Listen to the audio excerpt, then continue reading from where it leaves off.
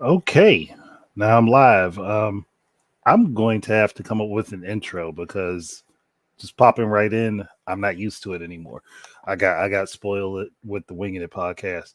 But hey, everybody, it's Andre the Game Idea Guy. We're going to be talking about my ideas for Nintendo's follow-up platform to the Switch, otherwise known as the Switch Successor, Switch Two, whatever you want to call it. Main point of this right now is just because I wanted to do it live. I was going to record a video and then post it. Then I decided if I could do it live, I can actually interact with everybody. And sometimes when I post a video and I go ahead and decide to do a premiere, I don't get much interaction. It's probably because I need to start streaming more often and get people used to me being on the stream to start interacting. Hey, what's up, Dark Void? Thank you for joining. Thank you for being the first one to join. I'm pretty sure a couple other people will hop in the chat because I did put word out so everybody would know. And actually, I just got to do a quick check on my actual YouTube channel because I meant to do that. Okay, it's up there. Okay, cool. It's good to go. But I'm just going to run through some of the thoughts that I've had about the successor for the Nintendo Switch, things that I think would be cool, things that I think would be good, ways I think that they can improve upon what they've already done, and stuff that would probably make for some really good and interesting gameplay situations. Unfortunately, that doesn't always translate very well when it comes down to the games industry because a lot of stuff that would create unique and interesting gaming experiences usually gets ignored. But I'm still going to press on anyway and hope that somebody understands exactly what I'm doing and what I'm saying. So I didn't think of any name to throw on this, obviously, because I've thrown out names before. I think one that I come up with was the Switch Cross and then the Switch Up. Either way, the name doesn't really matter. Names don't make a difference if the machine itself isn't worth the effort and energy for it. So, my thoughts obviously, first thing is that it's going to be an extension of what the Switch was. So it would be another hybrid console, which is going to be a tablet, obviously. Well, most people going with drop the controller. Most people are going with Switch 2. I mean, yeah, that works, but Nintendo doesn't always name things like that. What's up, J Biggs? You came in just in time before I really got into, into any details on this. Um, and I need to also say that this is speculation and ideas, and it's not anything that I've heard from anybody. It's just stuff that I came up with before somebody listens in and thinks that I'm actually talking about the actual machine. No, I'm not. I'm just talking about concepts that I think would work for the machine. So I, I want to do that because I know somebody's going to do the watch back, and I just want to be sure I cover that. I think I did that before with the Switch too. Not Switch 2, but also when we got the actual name of it and we first saw that trailer when I did talk about what I thought would happen with it. I think I said something very similar. All right. So the Switch successor that I imagine, as I said, will continue the hybrid format to make things simpler. And moving forward, there'll be a new dock and a new tablet. That's kind of obvious. Um, this version of the dock would have its own dedicated hardware within it, which would either be a clone of the SoC that's going to be in the tablet, and when you connect the tablet to the dock, it would run in a RAID mode, or a dedicated GPU that would be specifically in the dock that would then work with the SoC that's in the tablet when it's connected. One of those two.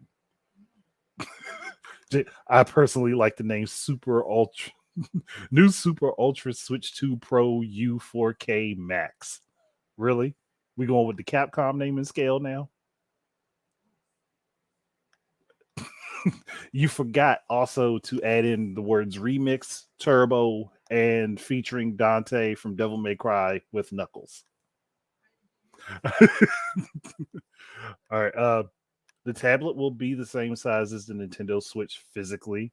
It will also include on it two cameras, one front facing, one one rear facing, that will be at the top center. So obviously dead center in the middle, like you looking at me through my camera. Um, Now the dock and tablet can link with each other wirelessly with a custom 802.11 chip specifically dedicated to doing this. And multiple tablets can link with a single dock simultaneously. There's a reason for that, and anybody that listened to the old video probably already knows. Um, but for the newcomers, just let you know, there's a reason for that because I have started getting a lot of subscribers as of late, comparatively for a smaller channel. The tablet can also link with other tablets using a similar protocol to the DS, 3DS, or even the current Switch systems, which would also have its own dedicated chip as to not interfere with the ability to wirelessly link with the dock. Again, there's a major reason for that. One of them is the potential return of dual screen gaming or even multi-screen gaming, depending on what you'll understand as I get further into it. Now, utilizing the dock in a reverse fashion from what the Wii U did, the Switch Successor can optionally go from being a single screen experience to a dual screen console. This would enable games to be played with a secondary screen for inventory management, to move the HUD off screen for map movement and stuff like that, or even as a form of split screen that doesn't completely shrink down the image or make it blurry and muddy. This would also allow for different asymmetrical gameplay situations that we really don't see much nowadays, unless you're playing a specific type of game online, like think of Dead by Daylight. This could also be expanded upon further with the allowance of the other tablets being connected to the same dock wirelessly, creating a situation where you can drop in and drop out for a split screen on your TV, even for games that wouldn't normally support it.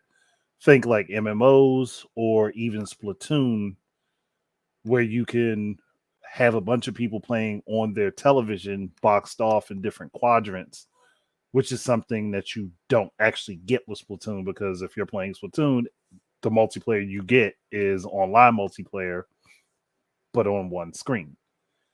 This way, it kind of gives the system a way to do something that a lot of people would actually enjoy or have fun with, but you still have one person to a screen. It's just that now you can customize how the screen works, if that makes sense to anybody. So furthermore, obviously, going into the controllers, Pro controllers, and Joy-Cons would be the continuation. Just makes sense. There'd be a newer version of the Joy-Cons that come with the newer console, as well as newer versions of the Pro controller made for the console. But the machine would still be backwards compatible with the Switch Joy-Cons and Pro controller. All the functions of the current Joy-Cons and Pro controller would still apply to the newer iterations. It's just that you wouldn't need to go out worry about buying a whole bunch of new equipment if you've already had it from your previous system. Additionally, and this is a personal thing, I would like for there to be a built-in speaker on the Joy-Cons and a built-in speaker and microphone on the Pro controller. And also for analog triggers to be on the Pro controller. Maybe analog triggers with some sort of haptic feedback would be an interesting combination, I didn't write that down in my notes, but I just thought about it off the top of my head.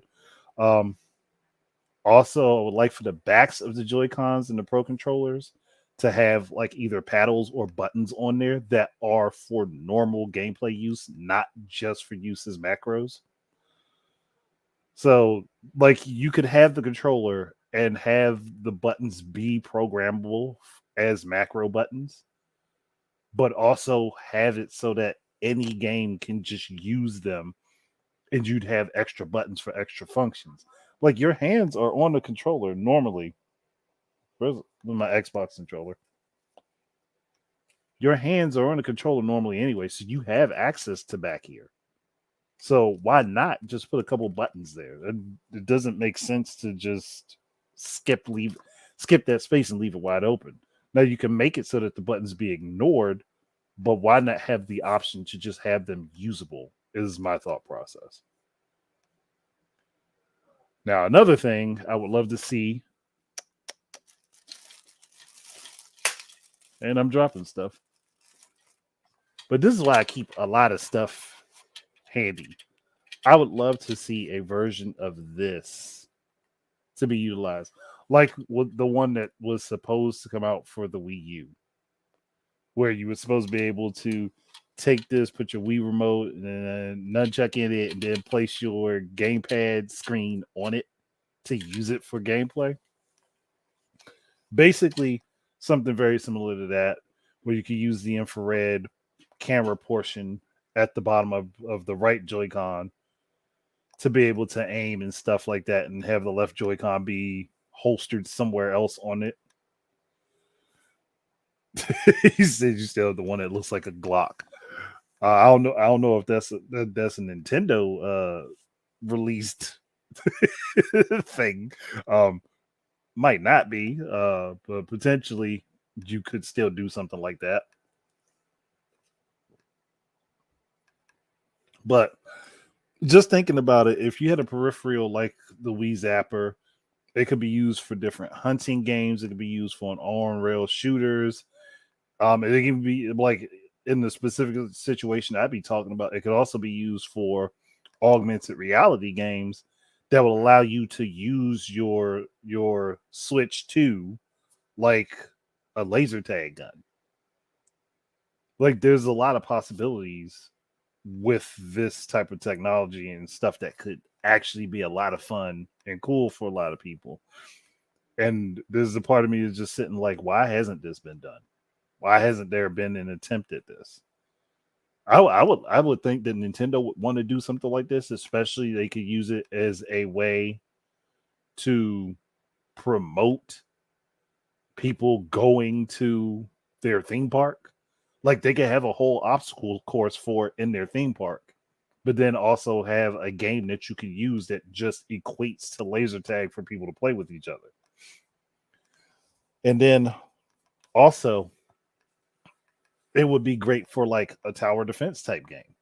Like you could think of having like a zombie horde multiplayer tower defense game where you have hordes coming in at you from all sides, but you can play the game like you're stationed in your specific tower and you can turn and aim and shoot. And say they get inside the building, you can turn and aim and shoot and rescue your partners and friends, whoever's playing with you. That'd be cool. Or like a game like Virtual Cop. Do a remastered version of Virtual Cop and have have you be able to have the Switch, the tablet with the screen on your zapper, and you still have your main screen that shows everything that's happening on the main screen, but then you can turn and aim and shoot at stuff that's off screen. That'd be amazing. I mean, they already remastered House of the Dead, so I mean, a remaster of a remaster. I mean, that's not uncommon. I'd take it for Virtual Cop, Lethal Enforcers, House of the Dead, Time Crisis. the on rails Dead Space game, Raccoon City. What was it? You know, like Raccoon City Chronicles or Dark Side Chronicles. You know what I'm talking about. And Ghost Squad. I have Ghost Squad. I would love to see Ghost Squad done that way. I actually think I did a video for it before. Yeah, that's what it was. Umbrella Chronicles and Dark Side Chronicles.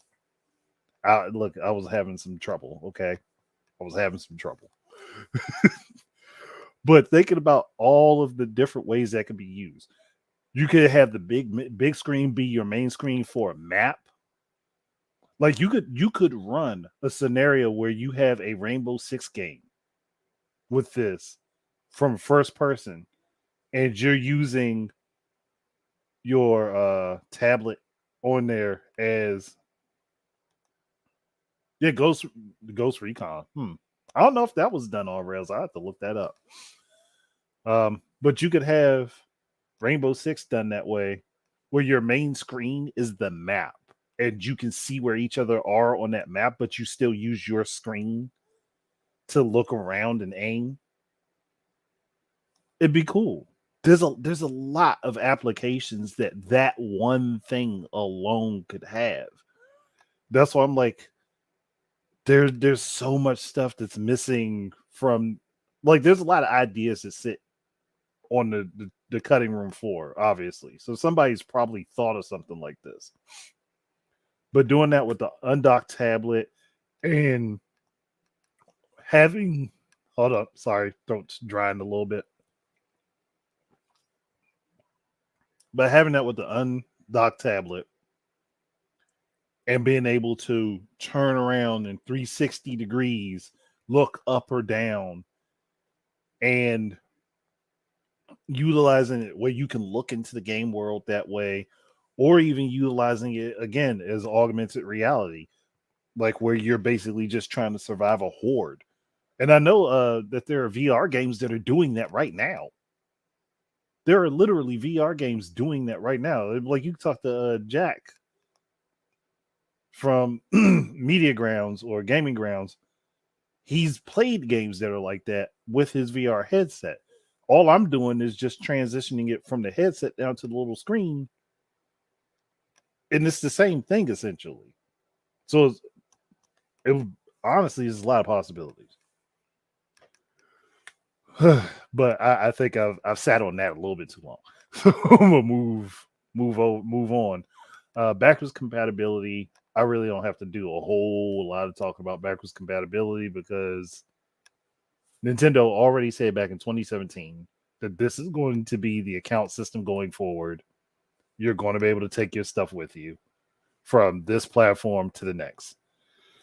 So that shouldn't even be a discussion. That shouldn't even become a rumor that wouldn't be a thing. But people needed to pay the bills, so that rumor got spread everywhere. Now, this is where some people would hate me. Other people will be fully understanding exactly what I'm going to say here. So, screen resolutions, because people get up in arms about screen resolutions and anything, honestly. But screen resolutions, as I currently see it, I don't think that Nintendo would need to necessarily push their console's main resolution to go above 1440p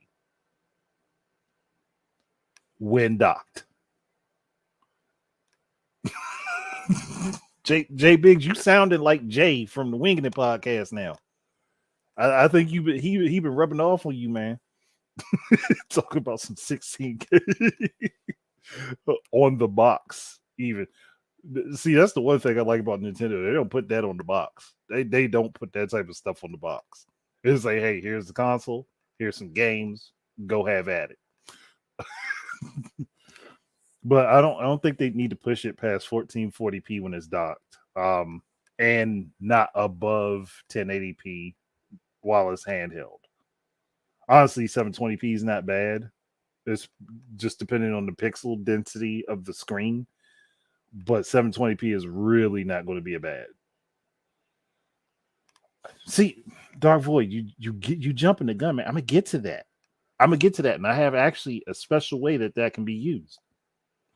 Uh, but even on a 4K television or monitor, 1440p is going to still look way better than 1080p does. It'll definitely still be a drastic improvement. Now, at 1080p on a handheld is going to be overkill anyway. But the only thing I would want them to do if they're going to do that also would be to allow you to adjust your resolution for on the go.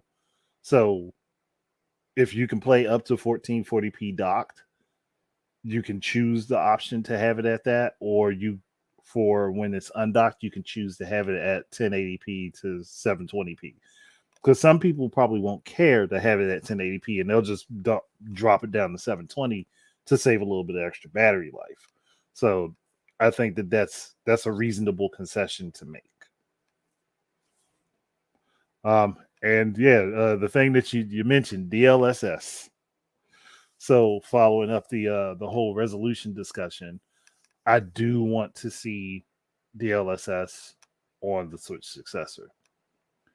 It'll allow people to get their machines to 4K, or for those on the more technical side, 2160p, without a whole lot of extra strain on the hardware. And it can also be used to apply to the dual and multi-screen gameplay applications that I talked about. So, for instance, consider how muddy Hyrule Warriors looked on the Wii U when you do local multiplayer. And you have to have it on your television and the gamepad. It looks absolutely muddy in comparison to just playing it single player. With DLSS, because of its upscaling the way it does, that could mitigate that problem. That could wholeheartedly mitigate that problem. So that you could have multi-screen, local multiplayer gameplay at acceptable, if not really good resolutions and decent screen looks and viewability. Because again, Hyrule Warriors on the Wii U multiplayer local looks very muddy in comparison to playing single player. And I think that this concept works way better this way. Because again, you can use DLSS to upscale. So even if they have to drop the visual quality on the hardware down with DLSS, it's not going to matter because you still get the presentation of a higher resolution. So it's still going to look good either way, which would probably make more people want to play locally with other people. And I'm all for that. There is also the thing with backwards compatibility, because everybody's looking for this machine to not just have a switch mode when it comes to backwards compatibility. And I think DLSS could be the way to go for improved picture quality or higher resolutions without, again, taxing the machine too much directly. Like, it could have a regular Switch mode where it just goes into the game and plays it like it plays on the Switch. And then it could have the Switch mode plus DLSS. Those will make it worthwhile applications. And also what I talked about for having the multi-screen local gameplay with the DLSS upscaling, that could be good for PC as well. It wouldn't just have applications for the Switch Successor, it would have applications for the PC also. And Dark Void, you gotta apologize. It's not like I say, hey, Dark Void, here's what I'm going to be talking about for this console idea thing I was talking about. So don't say anything like this in the comments. I was just saying I'm getting to it. That's all. um, NSO, NSO. Now I think that NSO will be expanded. I don't know exactly how, but my best guess is that Nintendo would be adding in GameCube, Wii, and with this format, they'd also be able to add in DS, 3DS, and Wii U.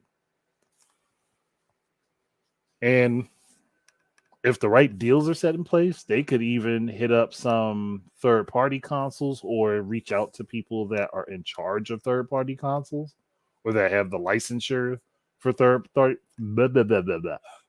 party consoles. Gosh, my tongue just felt like stuck to my mouth. Um, so you could get stuff like Neo Geo Pocket, Dreamcast, 3DO, maybe even image PC Engine or TurboGrafx 16 as we know it in the States. Just to think of a few off the top of my head. And it could be really interesting. But obviously, that requires Nintendo to work with these companies and get those licenses in place in order to be able to have those games and stuff emulated. Man, you speaking to my soul with Faxanadu, bruh. Faxanadu, I missed that game. I missed that game. I really wish that they would throw it on NSO. I so wish they throw it on NSO. Life Force, I'm not.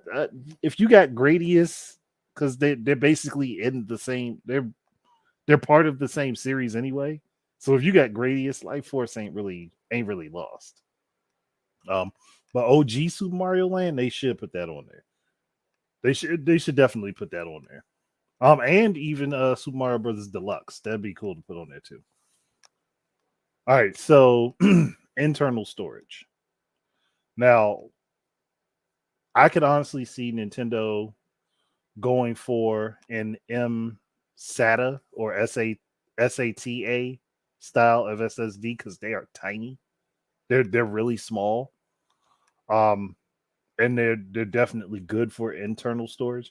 Even though I do think that the method that they have right now is faster storage. I do believe it's faster. I think SSD would still be better because you'd have more of it for internal. Now, looking at those, because I did a quick peek online and just did a quick average. So, because we know Nintendo games aren't going to be super huge in file size because they know how to compress, you could get 128 or 256 gigabyte SSD of that size for the retail side of things. As far as that goes, for 15 to 20 bucks from what I was looking at. Now, obviously, on the corporate wholesale side, that means they would be much cheaper. So I could see Nintendo getting a bunch of them. I mean, either one of those sizes as the baseline storage for the platform. Now, as far as external, I think honestly they could just stick with what they're doing for the Switch right now. Allow you to put in a micro SD XC card for up to 2 terabytes of storage, and you're good. You'd be good at that point. I don't think there are a whole lot of micro SDXC cards that are 2 terabytes, but you'd still be able to do it. So that'd be cool. And even with the SSDs I talked about, they're not hard to switch out if they would. Just depends on where they would put them. So those wouldn't be hard to swap out if you really wanted to. So again, it's up to Nintendo to make that move, because I could honestly see them doing up to 128, maybe up to 256 gigabytes, but baseline I think they would at least do 64 for the internal, unless you'd be able to swap them out. Oh, your 1 terabyte SDXC is pretty close to full. I think I have I have a 512 gigabyte in my Switch, but I think I'm only halfway through it right now. Um, I have a lot of stuff on there, but I don't.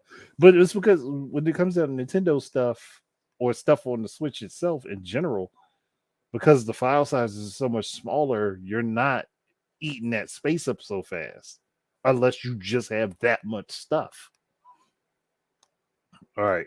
Now this is something that I'm pretty sure Dark Void would appreciate because I know I would appreciate it.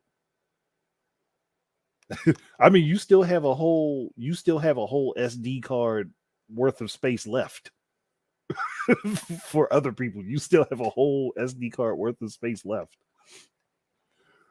Or roughly about 5 to 6 switches internal. So I mean, you still got plenty of space. Just depends on what you downloading. Uh, but this next thing I know, Dark Void would definitely very well appreciate, and that is to have a 4G or 5G antenna and SIM card slot available.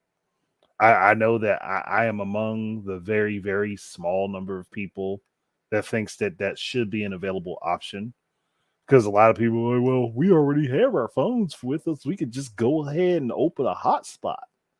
Um, but so many people complained about having to use their phones to chat through NSO, even though you have your phones there with you and set up for NSO on your phone would be about the same amount of time as set up for a hotspot with your phone.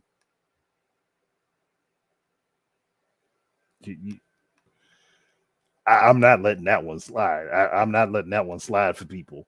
Both of those actions take about the same amount of time. So if one is inconvenient, then the other is inconvenient as well by proxy because of the fact that they take about the same amount of time to do. But if you don't mind it, then the option should still be available. I'm not saying that they have to have a SIM card in there,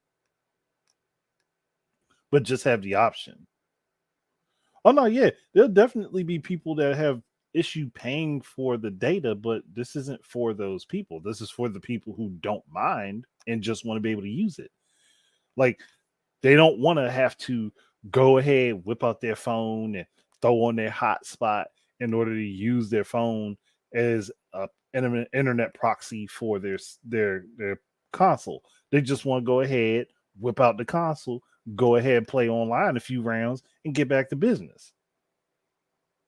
I think that's fair. I'm like it's just depending on what you want to do, but at least have the option available for the people who would like to do it. That's what my point is. That's my standpoint on it. At least have the option available so that people that want to do it can do it. Otherwise, I mean, it's not necessary, so it's not hurting anything if it's not there. It would just be nice if it was.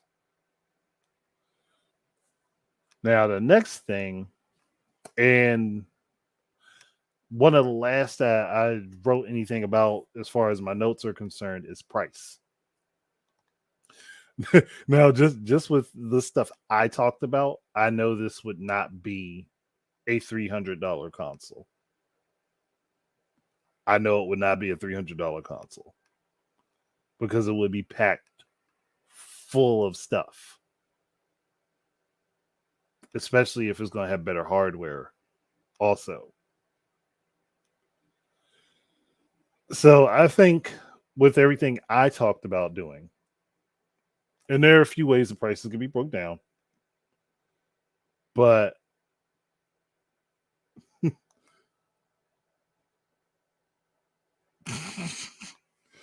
if Review Tech USA has a problem with having the option to do something, that's a personal problem with him.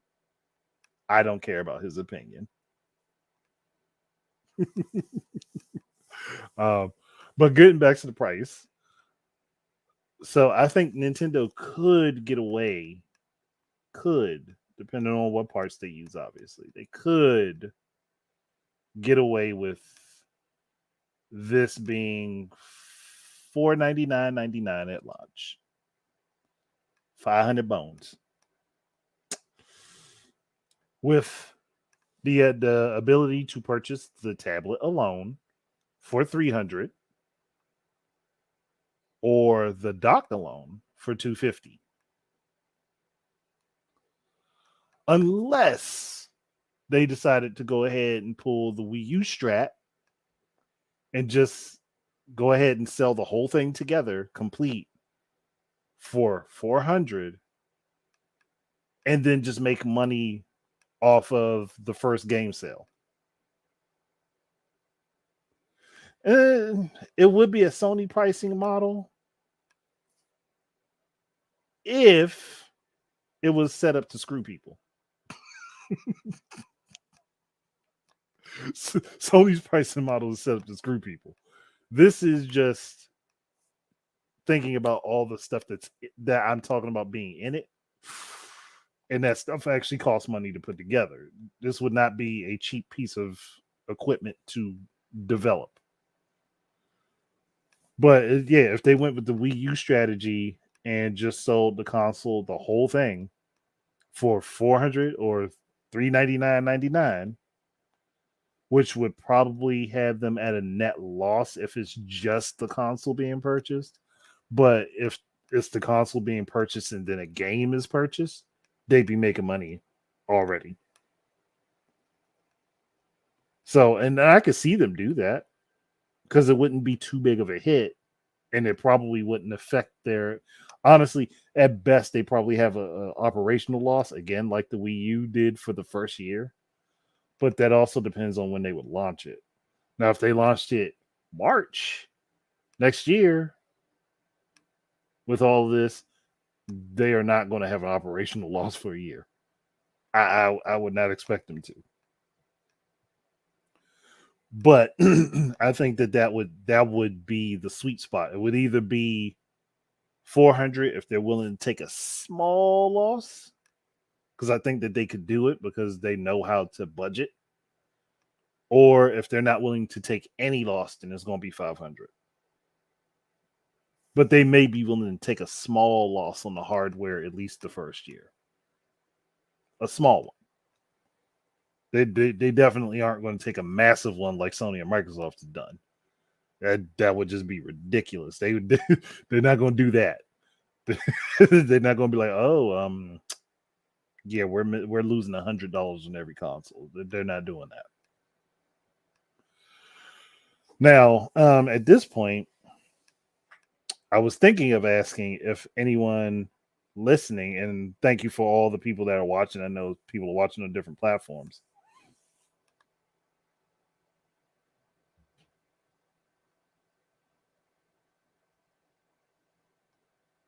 Yeah, you Dark Void, you basically said what I said. You just made it cheaper with the dock. And if the dock has its own hardware in it, I don't think it's just going to be $100. I think it'll be a little bit more than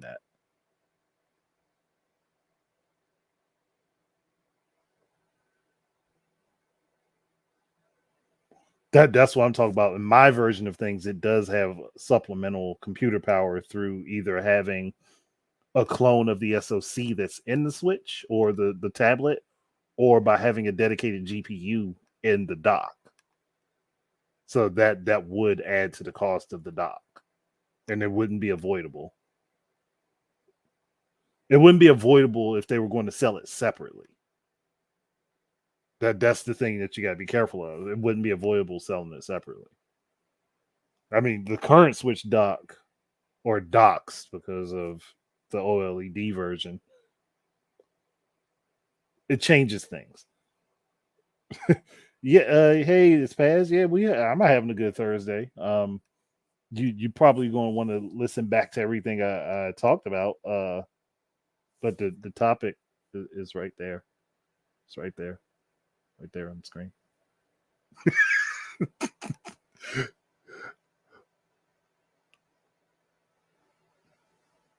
Yeah, that's what I was. That's what I meant. So yeah, We thinking along the same. We thinking along the same lines, Dark Void. We thinking along the same lines. Because if it has the GPU in there, that means it's going to require more power to be able to be used, and that's definitely going to come at a cost. Yes, I did. It was very small segment. I did talk about it, and if you scroll up the comments, you will see that Jay Biggs also referenced that people would not want to make the payment for having that. That was the whole thing about the Review Tech having his opinions. So that's what that was for. And again, I don't care about Rich's opinions. I stopped caring about his opinions within a year of seeing his channel. I think at the beginning of the drama with the Wii U is when I stopped caring about Rich's opinions. Oh no, you good. Look, things happen. Things happen. But yes, I would love to see that they have a 4G, 5G antenna and the availability to put a SIM card in there so that people have the option to have their own direct internet connection for their tablet. I mean, yeah, if you go into watching his videos without using your brain or go in knowing that he's bullshitting, yeah, you will definitely be happy. Well, it's past with DLSS, that would probably be a lot easier. It would probably be a lot easier because a lot of external work can be done to boost the quality of the games. Even though I still think that they would need to do a good job on the hardware on the metal directly because otherwise you're going to be really dependent on DLSS. And if DLSS ever gets taken down or has a failure state, it's going to be horrible. But just to do a quick recap. So I talked about I drew a blank. And I have the information in front of me. Okay, I talked about it being a hybrid with a new tablet, new dock. Talked about the return of dual screen gaming as well as the advent of multi-screen gaming. Talked about the Joy Cons and Pro Controller, and for them to have like the little paddles or buttons on the back of the controller as a standard thing instead of just like third-party controllers that come out with them and has it for macros, or a special Pro Controller that has that, and it's only really just a programmable button and not just its own separate usable button. Like, have both options available.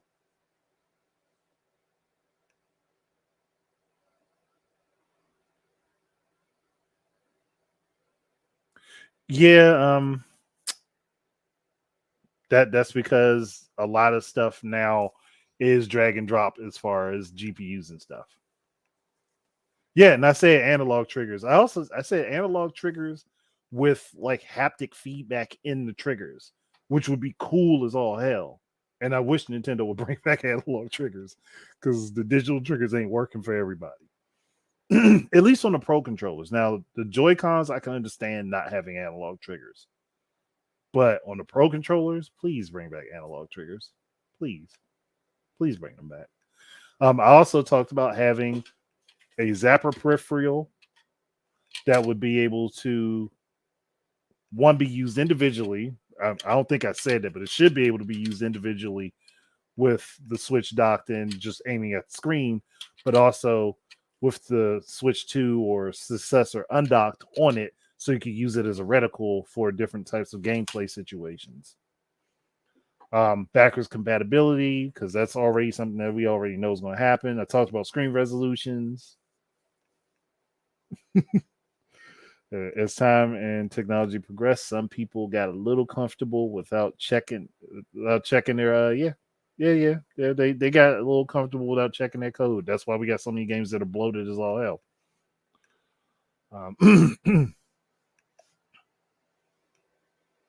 You a darker version of Duck Hunt, bruh? Really?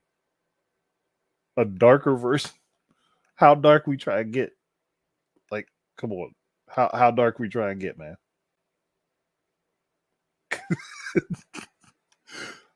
Uh, Screen resolutions, DLSS, NSO, internal, external storage, 4G, 5G, antenna, SIM card, and price. Those are the things I talked about.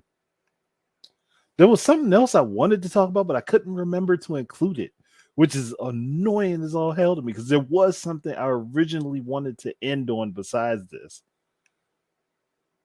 This man said realistic duck battles. Oh, we try to do totally accurate battle simulator now. We doing tabs.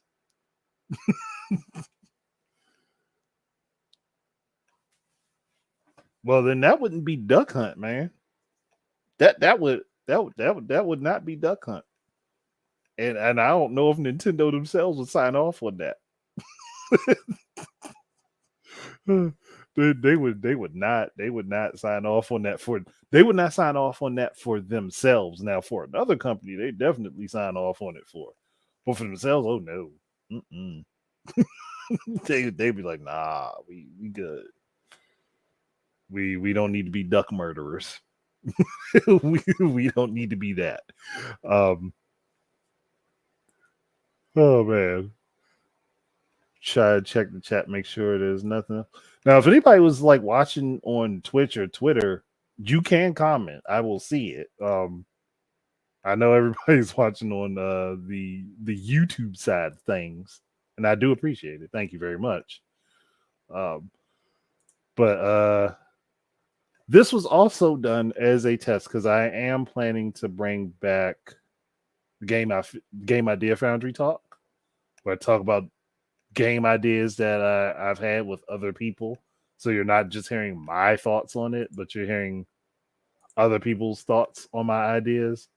Or in the case, because I let Jack take over one time, having someone else come on and talk about their own ideas. And I just take a back seat and just be like, hey, okay, I'm just the MC for the evening. You got the show. Oh yeah, Nintendo can definitely make some very good horror stuff. If anything has taught me that, Metroid and Zelda have definitely taught me that. But people sleep on that idea. First, that's just Cabela's, man. First person duck hunt. That's just Cabela's. That's, that's all that is. That's Cabela's. Oh, now you got beef with the dog. I mean, he does look like Snidely Whiplash's dog, so I guess I can understand. I can understand because he do that snickering, and I would be very happy to plug him a couple rounds myself when he laughing at me because he laughed knowing that he can't be hit. That's why he laughed, bro. That's why he laughed. But I do plan on doing this more often. Um, you will probably get me. I, I'm here with you on that. I'm right there with you. I've had beef with the duck hunt dog all my life too. Um, but I may do this more often where I will do just individual chats me about random subjects. This one was just I know it was something interesting for a lot of people, and I wanted to talk about it anyway. So instead of just doing a video and posting it tomorrow, I figured let me go ahead and stream and talk about this live, run through these ideas, and then it works both ways.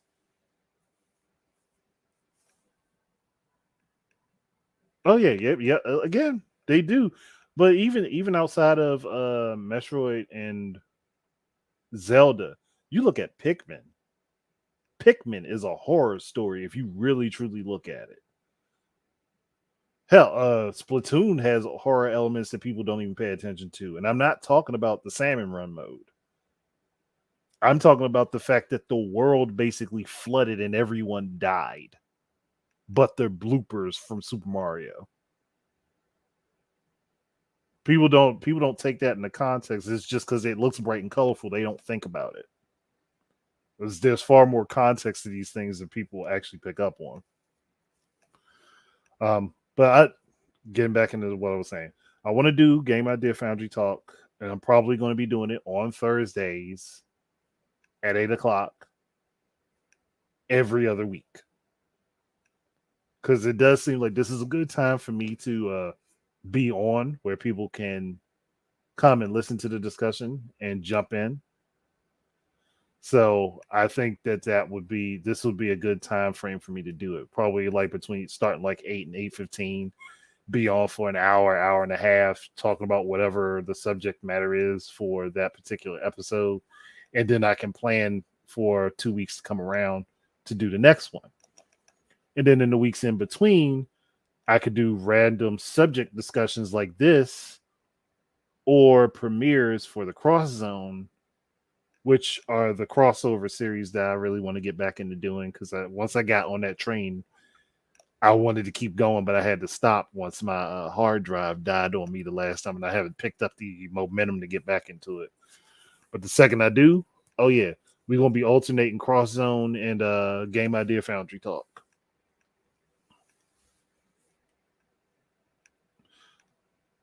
That makes a lot of sense. That makes a lot of sense. It's fast. Hold up. Let me highlight that one.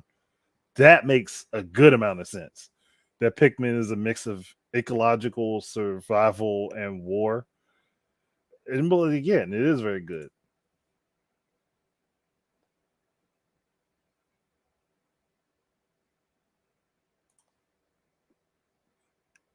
Now, I'm not coming at you.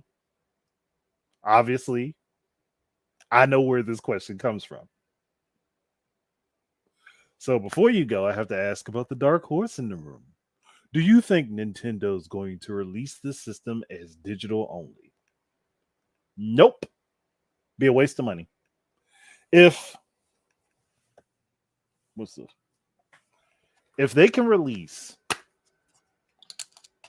a console that has readable media this small, it'd be a waste of money to make a version of it that doesn't read this.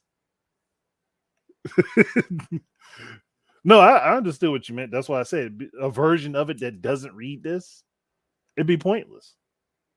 Because this is already small. It doesn't take up a lot of space. So it'd be kind of pointless. And it will be a waste of money to take the time to remove the part from the schematics. It'd just be a waste. It'd be a waste of doing it.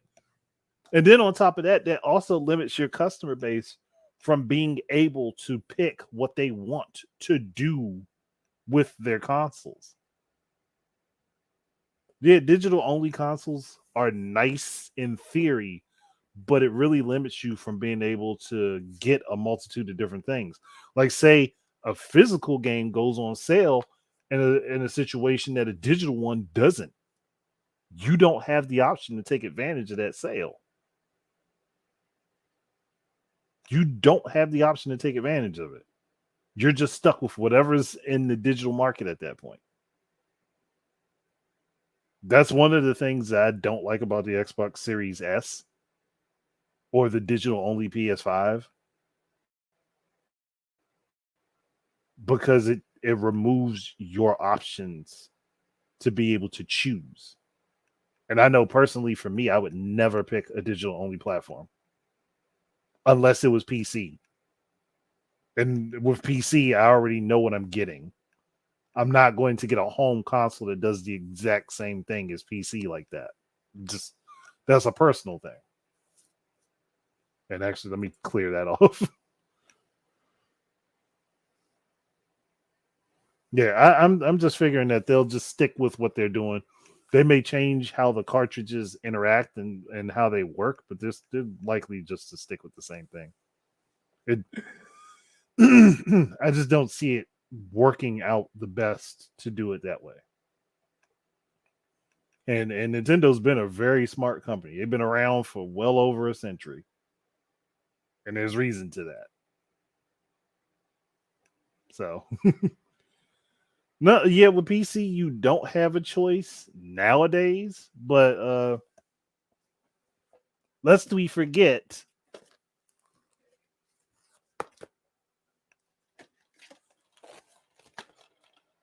you used to have the option for PC. And I even have physical PC games, yeah.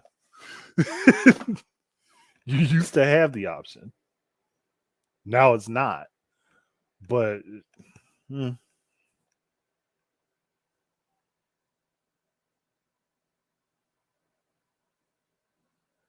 Oh, you talking about as far as like hardware performance? Yeah, I kind of said that in what I was discussing. It will probably be somewhere around what the Series S is as far as like the visual performance of it and stuff like that, but also with DLSS on the back end. Yeah, when Steam took over, that really screwed the physical market for PC games. Because once Steam took over and everybody saw how successful that was, then they started working on getting their games on Steam at first, and then they started making their own storefronts. So it sucks, but it's one of them things that just happened. Because I think that having the option for physical media only allows the gamer to just choose what they prefer. That's it. It allows you to choose what you prefer. But I'm gonna wrap up. Uh thank you everyone that joined in. I highly appreciate it. I am definitely this is why I'm wrapping up. My throat keeps drying out. So that's why I'm gonna be wrapping up. But thank you everybody that joined in. I do highly appreciate it. I plan to do more of these. And again, I'm going to be bringing back the Game Idea Foundry talk. I already got like several subjects lined up for it. I just got to make the thumbnails and get everybody on board to come and chop it up. And then I'm going to be, again, like I said, be doing the cross zone episodes, which when I do those, I'm going to have them premiere so I can be in the chat with everybody and talk about the episode. So I'm letting you all know that that's what I'm going to be doing.